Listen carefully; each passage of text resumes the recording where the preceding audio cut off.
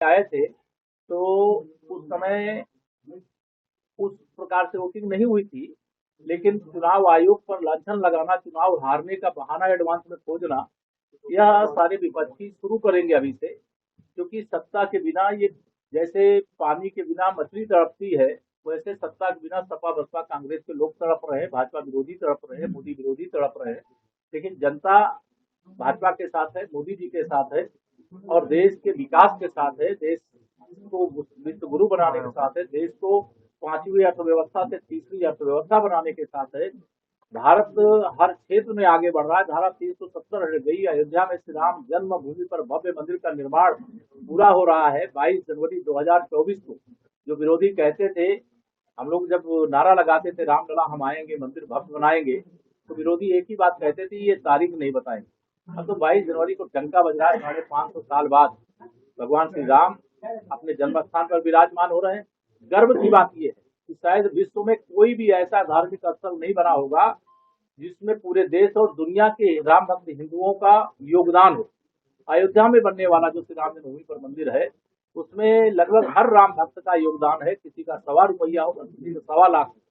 ये राष्ट्र मंदिर है, ये हर राम भक्त का मंदिर है, और आने वाले अनंत काल तक इस पर देश और दुनिया के राम भक्त गर्व करेंगे कि यह मंदिर किसी व्यक्ति का नहीं, हर राम भक्त का। क्या के लिए पूरी पूरी पूरी पूरी बहुत सारी व्यवस्था चुस्त और दुरुस्त रहेगी।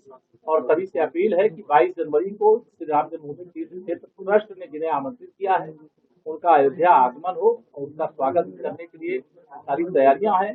लेकिन बाकी सब राम भक्तों से यही अपील ट्रस्ट ने भी किया है, मैं भी कर रहा हूँ, कि 22 जनवरी को प्राण प्रतिष्ठा के बाद अब तो रामलला सदा सदा विराजमान रहेंगे। उस समय ना आवे 2-3 दिन, उसके बाद आवे, रामलला का दर्शन करें। उससे भारी भीड़ अभी भी अयोध्या में आ रही है। और यह क्योंकि राम भक्तों की, राष्ट्र भक्तों की सरकार है। सपा बसपा कांग्रेस की सरकारों में राम भक्तों पर लाठी चलाई जाती थी, गोली चलाई जाती थी, जेल भेजा जाता था। लेकिन भारतीय जनता पार्टी की सरकार में राम भक्तों पर फूल बरसाए जाते हैं, उनका स्वागत किया जाता है, उसका सत्कार किया जाता है। शिव भक्तों के कांवड़ यात्रा पे रोक नहीं लगती है, भगवान कृष्ण के भक्तों की भी सेवा होती है। हमारा लक्ष्य भक्तों की जो समस्या है उसको दूर करना। धन्यवाद। मनोज जी, देखिए श्री अखिलेश यादव जी, मैंने कहा कि वह सत्ता के बिना बेचैन है और अब वो कभी सत्ता में आने वाले नहीं है। तो इस प्रकार के ट्वीट आएंगे जब देश का अर्थव्यवस्था का आकार, मैंने कहा कि हमारी देश की अर्थव्यवस्था इस समय 5वें नंबर पर है। हमारे प्रदेश का योगदान जो जीडीपी पे इस समय है, वह देश के दूसरे या तीसरे नंबर पे हमारा राज्य आ गया है। 9% से अधिक योगदान देश की जीडीपी पे हमारा है। तो श्री अखिलेश यादव जी को अफवाह फैलाना, बरगलाना और बात करना पीडीए की और काम करना परिवार के लिए, तो इसीलिए मैंने कहा कि श्री अखिलेश यादव जी का पीडीए, परिवार डेवलपमेंट अथॉरिटी, पीडीए, अब किसी का कोई गढ़ नहीं रहा। केवल उत्तर प्रदेश में कोई गढ़ है तो वो भारतीय जनता पार्टी का गढ़ है। भारतीय जनता पार्टी के प्रति सभी वर्गों का समर्थन है। और माननीय प्रधानमंत्री जी ने जो सबसे बड़ी बात कही है कि मेरे लिए देश में 4 जातियां हैं, पहली गरीब, दूसरा युवा, तीसरा महिलाएं, चौथा किसान। और इन्हीं चारों के लिए मैं पूरी जिम्मेदारी से दिन रात मेहनत कर रहा हूं और आगे भी करूंगा। देश की प्रगति बहुत तेजी से हो रही है। उत्तर प्रदेश सभी मोर्चों पर सफलतापूर्वक आगे बढ़ रहा है। कानून व्यवस्था चुस्त और दुरुस्त है। अपराधियों में डर का और भय का माहौल है। पहले बरेली के हालात बद से बदतर होते थे, लेकिन आज विकास की रफ्तार भी है, आज बिजली की उपलब्धता भी है, आज युवाओं के उज्जवल भविष्य का मार्ग प्रशस्त हो रहा है। आप किसी बरेली से होते हुए जो हमारा गंगा एक्सप्रेस वे है, वह भी आप देख रहे हैं तेजी से निर्माणाधीन है, निर्माण हो रहा है।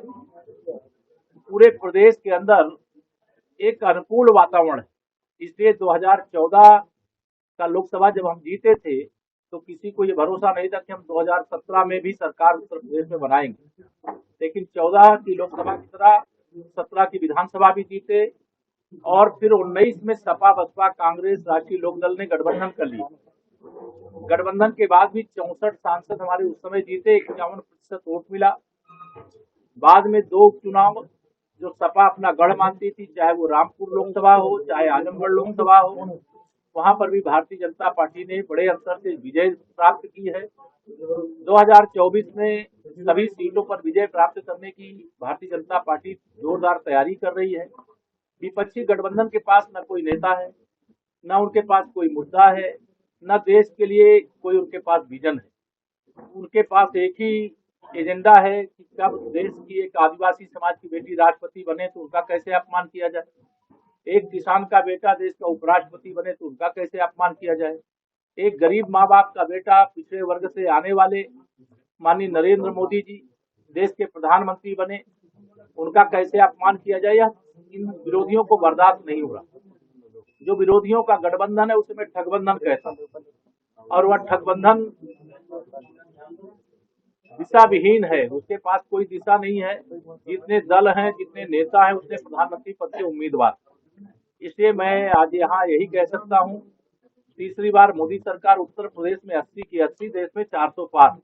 भाजपा की माननीय नरेंद्र मोदी जी के नेतृत्व में फिर से सरकार बनेगी। इस समय एक बहुत बड़ा कार्यक्रम, एक संकल्प देश के सामने है कि 2047 तक जब आजादी के 100 वर्ष पूरे होंगे, हम विकसित भारत के संकल्प को पूरा करेंगे।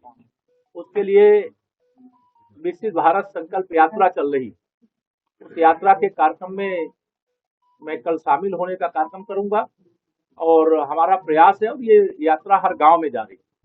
और माननीय मोदी जी की गारंटी है, गरीब कल्याण की योजनाओं का लाभ लोगों को मिला है, और जो वंचित रह गए हैं उनके लिए जहां संकल्प यात्रा जाती है वहां पर सभी विभागों की स्टॉल लगते हैं। कोई किसी योजना का लाभ पाने से वंचित है तो वहाँ फॉर्म भी भराया जा रहा है, और जो फॉर्म भराया जा रहा है उसको सूचीबद्ध करके, क्योंकि माननीय प्रधानमंत्री जी ने जो कहा है उसको मैं दोहरा रहा हूँ आप सबके माध्यम से, मोदी जी की गारंटी की भी गारंटी। इसलिए देश पूरी तरह से भाजपा के साथ है, देश की जनता भाजपा के साथ है, देश का गरीब, नौजवान, किसान, महिलाएं। कांग्रेस ने यूपी जोड़ो यात्रा एक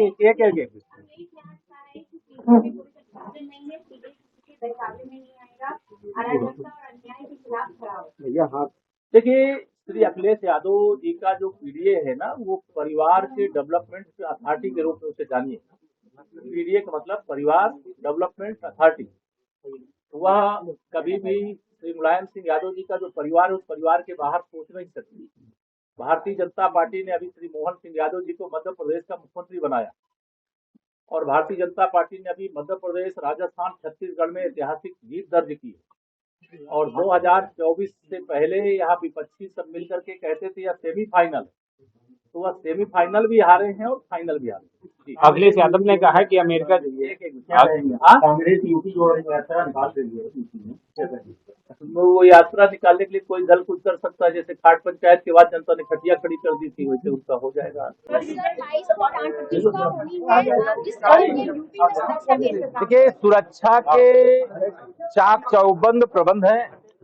अयोध्या जो आ रहे हैं उनका स्वागत है। ये सपा बसपा कांग्रेस की मानसिकता वाली राम विरोधी सरकार नहीं। कोई राम भक्तों पर गोली चलाते थे तो कोई भगवान राम को काल्पनिक बताते थे। यह राम भक्तों की सरकार है, राष्ट्र भक्तों की सरकार है। और जो भी अयोध्या में पूज्य संत आवे, चाहे कोई सेलिब्रिटी आवे, चाहे कोई जिनको श्री राम जन्मभूमि तीर्थ क्षेत्र ट्रस्ट के द्वारा आमंत्रित किया जाता है वह आवे, उनका स्वागत भी होगा, उनकी सुरक्षा भी होगी। जनता से क्या अपील करेंगे? जनता से यही अपील है कि 22 जनवरी को जिनको श्री राम जन्मभूमि तीर्थ क्षेत्र ट्रस्ट ने आमंत्रित किया है वह अयोध्या में, बाकी लोग समारोह के संपन्न होने के बाद बारी बारी से आवे, दर्शन करें। अयोध्या हुई हमारी है, काशी मथुरा की तैयारी है।